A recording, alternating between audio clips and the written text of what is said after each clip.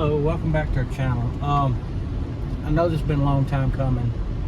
We're kind of behind on our videos, but I wanted to do an update and a review about our trip to Yellowstone. I hadn't put one out yet, and I know we're months late on that, but it's long overdue. Yeah, it's long overdue. So, as a lot of y'all already know, our trip that we took out to Yellowstone,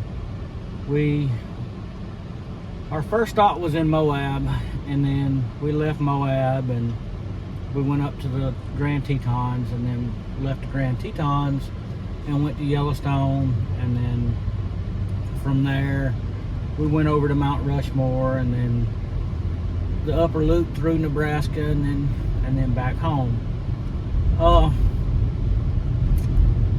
We had a small problem.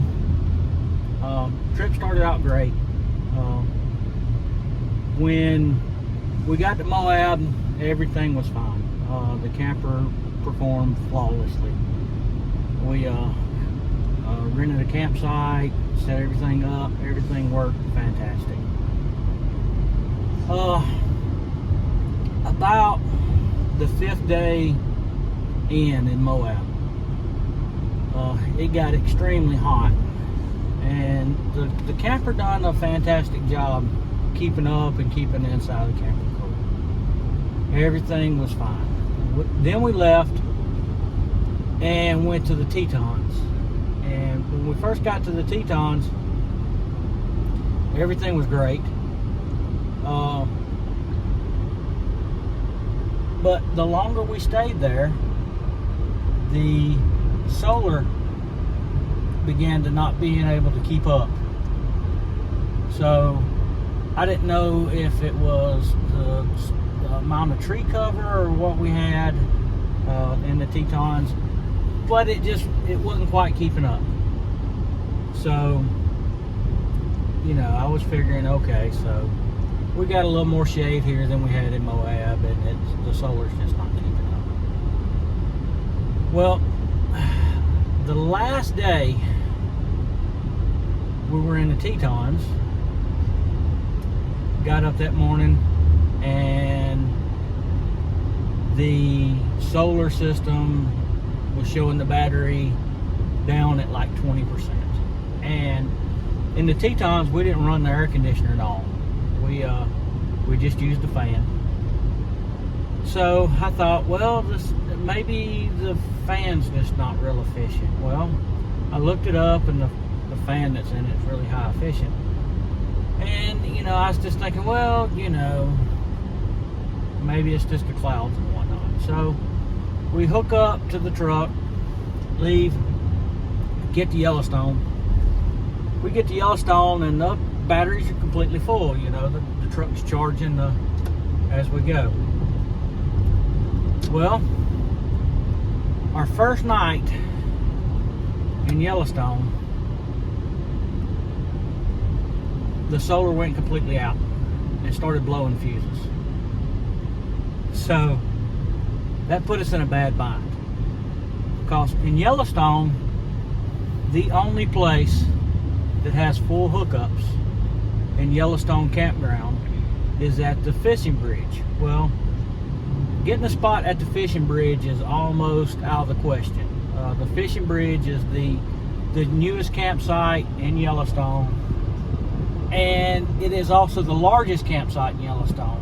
You have to remember, the Yellowstone, most of it was built in the 50s and 60s, so all the campsites in Yellowstone and in most campgrounds other than the fishing village are small. You're not going to get but like a 20, maybe 25-foot camper in those spots.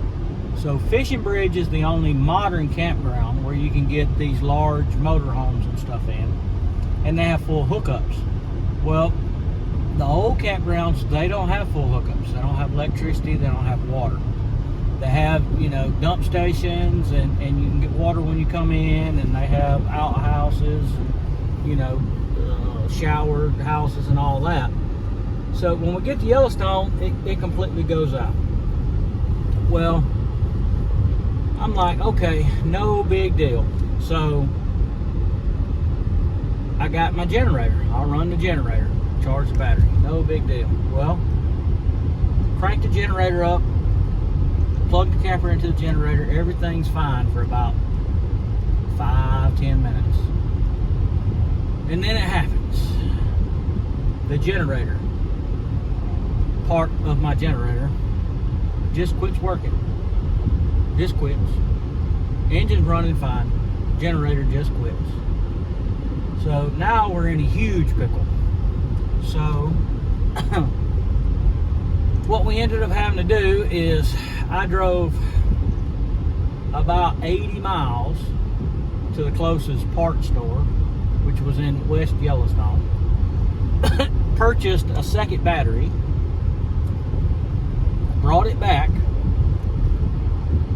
wired it into the other battery, and then every morning for the rest of our time in Yellowstone, I would crank the truck up and hook the truck with jumper cables to the batteries to charge them, because they would charge quicker with the jumper cables coming off the battery than it will charge through your wiring for your trailer lights. So that's what we ended up having to do. Okay. Now, what ended up happening is the solar panel had a bad spot in the solar panel, and what ended up happening is two of the solar cells ended up shorting out against each other. I guess when the solar panel was made, it wasn't insulated well enough between the two, or whatever, but it burnt the solar up. And what was happening is, the reason it quit charging slowly over time and then just finally shorted out and started blowing fuses is those two cells in the solar panel were getting closer and closer, because it was getting hot and it was deteriorating the insulation between them. Well, make a long story short, we when we got home, it's still under warranty. We had the solar panel fixed, but that is the only problem we had out of the camper the entire trip. And you have to consider, you know, it was just a bad solar panel. It wasn't on the fault of SUNRAY installing it. It's just the solar panel, you know, had a defect in it from factory. So we got that straightened out now. So all that's fixed.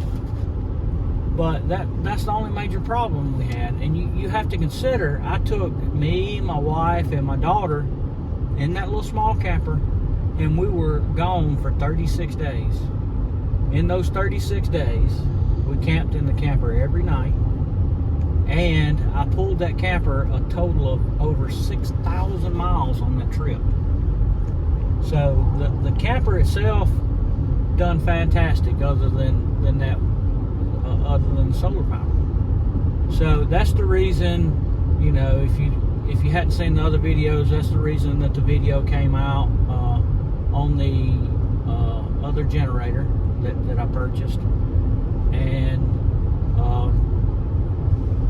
you know, the upgrades. But as far as all the upgrades and everything that I done to the camper, adding the box up front and adding the tube for the sewer hose, and you know, the modification for to put the shower curtain up on the outside, and all that stuff worked absolutely fantastic. So overall, with the camper, I've been extremely happy with it. You know, we love it. We've been on a trip down to Florida Keys since then. You know, so after we got the solar fixed, and everything worked fine. I went about 1,000 miles on that trip, or further, and everything on it works fine. Just been happy with it, all around, really happy with it. But, so you highly recommend it? Oh yes, I do. Like I said, the solar panel thing was just a fluke. It was just a manufacturing defect. When it was, you know, being glued together in the factory, they just didn't get enough glue between the cells. You know, stuff like that happens. You know, not everything's perfect. Didn't have a single problem with SUNRAY replacing it. They were right on board and replaced it and everything. The major problem I had with that is the only dealer that we have in our area that deals with SUNRAYs, they're terrible. You know, I'm not gonna say their name. You know, if you watch the videos, you can probably see their sticker on the side of the camper if you want to know. I have since took the sticker off of it because I am extremely not pleased with them. It took them over 4 months to replace a solar panel. You're talking about something that should have took a couple of hours to replace a solar panel. And another thing, they didn't even check the solar panel. They put the solar panel on the roof, said everything was ready. I came and picked it up, drove it home. When I got home, the fuse for the solar panel was still blown. They didn't even replace the fuse. So I was not happy about that. So other than the wrestling with the dealer, it was great. I really and truly hope that SUNRAY gets another dealer in our area, because I really do not want to have to deal with them anymore. And as far as the axles and all that, all said and total, I've probably pulled that camper, really and truly, on everywhere we went, I've probably pulled it over 10,000 miles. If you know, all of our trips. And I've not had a single problem with any of the axles or anything. I did have a brake that wasn't adjusted completely correctly. I did have to adjust the brake, but that wasn't no big deal. It was just, and I'm not saying it was too tight, it was just a little tighter than I wanted it to be. When I would hit the brakes and stuff, it would pull a little that way, so I just adjusted it. It's, you know, it's a drum brake adjustment. A little hole in the back of it, a little wheel, you put a screwdriver in there, you roll the wheel one way or the other to make it tighter or looser, no big deal. But other than that, I have been extremely happy with it. It pulls fantastic. You know, it just goes. It's a little tall. It does catch a little extra wind, but that's because ours is the sport model, and the non-sport model is about 6 inches shorter. But I wanted the sport model because a lot of the camping I like to do is, you know, like national forest and stuff like that, on forest roads and stuff like that. I just wanted a little extra ground clearance for when the going got a little bit rough. We camped in a national forest when we went down to the Florida Everglades. Matter of fact, we camped in a national forest twice. I just like having that little extra clearance for when the roads are a little bit rougher. So that's all it. That's it. Like I said, it's been a fantastic little camper. I hadn't had any issues with it. Have you had any issues with it? What do you think about it? No, as far as, you know, it's just a place to sleep for us. Nothing major, nothing luxury. No, it's not anything luxury. It's got solar, so you have air conditioner. It's got hot water. It's got a toilet, and it's got a bed, and that's it. You know, we could put a TV and stuff in it if we want to, but that's not how we really like camping. When we go camping, we like camping. You know, it's about getting away from that kind of stuff. It's about getting away from the news and you know, the constant everyday feed of, you know, the social media and all that. Internet. We go to get away. We don't really do a lot of glamping. And what I mean by glamping is pulling into an RV park that's got swimming pools and tennis courts and golf courses. That's not us. We go to enjoy nature. Like I said, you know, we went to Yellowstone, we went to Moab, we went to the Grand Tetons. You know, we didn't care about cell phone service or internet service or what was on the TV. We went to see Old Faithful and Roosevelt Towers, and you know, we done White Rim Trail and stuff. We done Hill's Revenge in Moab. We went for the nature aspect. We you know, went to see the nature. It wasn't about the hustle and bustle. And if you want to go glamping, that camper's not for you. That's as basic as it gets. That's, you know, a toilet, a bed, a sink, and a stove, and a refrigerator. Yeah. And air conditioner when you're in Moab and it's 115 degrees. And that's it. If you want something luxury, that's not the right That's not the camper one. for you. If you want something more luxury than that, you probably want if you want more luxury than that in a small frame camper, you probably want to look at the 149s and go from there. But the 129 it's nothing luxury. It's, you know, just basic. Yeah, it's for overland camping. Yeah, and that's what we enjoy doing. We go camping for the nature, not you know. Well, we camped down in Florida in the National Forest, and there was nobody else camping down there. It was us. You know, so that's what we go for. You gotta end the video now. Okay, my wife's saying it's getting a little long, so I gotta end it.